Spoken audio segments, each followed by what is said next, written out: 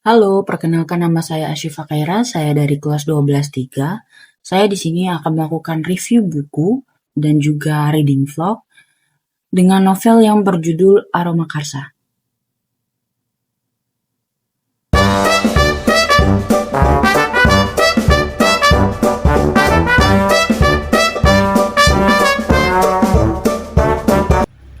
Buku yang berjudul Aroma Karsa ini bertemakan novel fiksi atau tidak nyata yang bergenre mistis, ya, karena bercampur dengan adat Nusantara beberapa, terus juga genre misteri dan juga genre petualangan.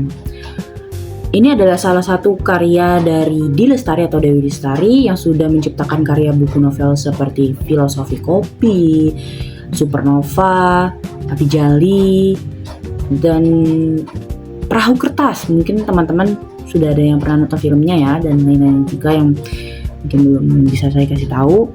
Ini terbitan tahun 2018, 16 Maret, dengan tebal halaman 701 halaman. Untuk review buku ini sendiri, karena saya baca lewat ebook, saya beli bukunya di Google Play Book ya, kalau salah. Itu ratingnya cukup bagus, 4,9, hampir mendekati 5. Itu nyaris sempurna ya. Tapi juga saya yakin buku ini ada kelebihan dan kekurangannya juga. Oke, pertama saya akan kasih tahu sinopsisnya terlebih dahulu. Sinopsis Aroma Karsa berawal dari obsesi seorang pengusaha bernama Raras Prayagung untuk mencari tanaman yang konon katanya mitos bernama Puspa Karsa. Katanya Puspa Karsa itu harus dicari melalui aromanya. Yang dimana di sini kita akan bertemu karakter satu lagi bernama Jati Resi, pemuda yang tinggal di Bantar Gebang dengan julukan Hidung Tikus karena ia memiliki kemampuan untuk indera penciuman yang kuat. Dan kita akan bertemu satu karakter lagi bernama Tanaya Suma, anak dari Raras yang juga memiliki kemampuan untuk mencium aroma yang kuat. Nah, mungkin dari sinopsisnya saja kita bisa tahu ya, sisi tema yang ingin ditonjolkan di sini salah satunya adalah keserakahan, egoisitas manusia untuk menggapai apa yang ia inginkan. Juga di sini kita bisa belajar hal yang baru tentang keajaiban penciuman itu sendiri bagaimana. Juga mungkin teman-teman di sini ada yang suka dengan bau atau mengkoleksi parfum dan cukup suka akan botani ya, tanaman. Mungkin kalian bisa baca buku ini, bisa beli secara fisik, novel atau ebook. Nah, buku elektronik. Kelebihannya, pertama adalah cerita yang unik. Mungkin juga menurut saya ini mengangkat tema yang baru buat saya, yaitu tema dunia parfum. Dan juga mungkin ada istilah parfum yang belum saya ketahui. Dan juga ini uniknya mengangkat tentang indera penciuman. Kedua, terasa nyata. Mungkin buku ini fiksi, tapi saya yakin dalam pembuatan buku ini sudah melewati banyak sekali riset. Ini saya cek beberapa, ada fakta-fakta tertentu. Saya terangkan. Yang ketiga adalah alur cerita yang penuh misteri, karena tentu saja genrenya misteri. Tapi bagi saya sangat suka misteri. Ada beberapa rahasia yang belum bisa kita ketahui tapi kita bisa tebak, dan yang inilah yang membuat kita akan semakin tertarik untuk melanjutkan buku ini. Yang keempat, tokohnya yang menarik. Di sini seperti yang saya terangkan tadi, ada Raras Prayagung, tokohnya antagonis ya bisa dibilang, tapi dia ada karakteristik tertentu seperti dia duduk di kursi roda, juga memimpin perusahaan, tipe wanita yang tangguh. Mungkin juga ada salah satu karakter tadi di mana si hidung tikus yang punya kemampuan untuk mencium aroma. Karakter-karakter di sini juga memiliki sifat yang kompleks dan juga mungkin ada alur cerita kerahasiaan yang bisa kita ungkap nanti. Oke. Terakhir, gaya bahasa yang elegan. Gaya bahasa yang elegan di sini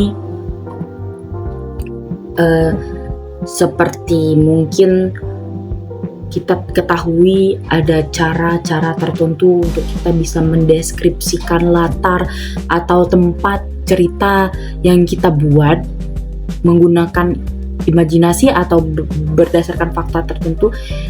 Nah, di sini untuk gaya bahasa yang elegan juga menggunakan kata-kata puitis juga ya. Terus untuk mendeskripsikan latar yang menurut saya sangat baik. Setelah di-search lagi, orang yang mengalami kemampuan indera pencium tajam disebut dengan hyperosmia atau hiperosmia yang biasa terjadi pada ibu-ibu hamil. Selanjutnya kekurangan di sini. Pertama bagi saya adalah terlalu teknis. Di bagian awal kita akan dijelaskan beberapa bahasa seperti campuran aroma kimia atau istilah-istilah bahasa yang mungkin belum kita ketahui juga. Ini adalah teknik penulisan yang elegan, jadi mungkin kita harus mengulang kembali agar mengetahui artinya. Kedua, tempo yang lambat. Tempo yang lambat di sini di bagian tengah cerita kita akan di-dragging, dibawa untuk ke riset yang mungkin tidak harus terlalu kita ketahui. Ya mungkin karena bisa saja itu tidak terlalu berpengaruh akan cerita utamanya. Yang terakhir atau yang ketiga, sama seperti yang pertama tadi, ada istilah-istilah yang sulit yang belum bisa, mungkin saya sebagai pembaca biasa atau pembaca kasual yang tidak terlalu sering suka membaca, ada beberapa istilah yang kurang saya ketahui, jadi saya harus membaca kalimat tersebut, lalu mungkin harus memproses dulu apa artinya, atau mungkin kita search dulu artinya, terus kita baca ulang kembali cerita tersebut agar bisa lebih memahami cerita. Oke, selanjutnya habis.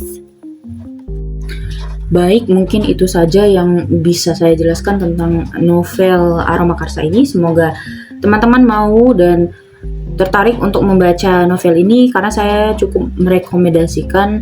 Rating dari saya 4,7 dari 5 karena ini novel yang deserve juga attention. Ini salah satu novel yang terkenal pada tahun 2018 saat awal-awal ini dirilis, jadi mungkin saya baru ketinggalan sekarang. Mungkin juga ada pembaca yang sudah mengetahui novel ini terlebih dahulu dan saya baru mengetahuinya. Oke teman-teman, silakan dibaca. Mari kita membaca. Novel ini mengisahkan obsesi manusia mencari Puspakarsa, tanaman legendaris yang konon bisa mengendalikan kehendak. Perjalanan ini mengungkapkan bahwa rahasia masa lalu dan kekuatan penciuman luar biasa Jatiwesi bukan sekedar bakat, melainkan kunci menuju jati diri dan kutukan yang selama ini tersembunyi di balik ambisi buta para tokoh. Pesan moral yang bisa kita dapat pertama adalah bahayanya obsesi. Keinginan yang terlalu besar untuk memiliki sesuatu yang bukan haknya hanya akan menghancurkan diri sendiri dan orang sekitar. Kedua, kejujuran pada diri sendiri. Pencarian identitas Jatiwesi mengajarkan bahwa kebenarannya tentang siapa kita jauh lebih berharga daripada kekuasaan atau harta. Ketiga, atau yang terakhir, keseimbangan alam. Ada hal-hal di dunia ini yang sebaiknya tetap menjadi rahasia dan tidak diganggu demi ambisi manusia.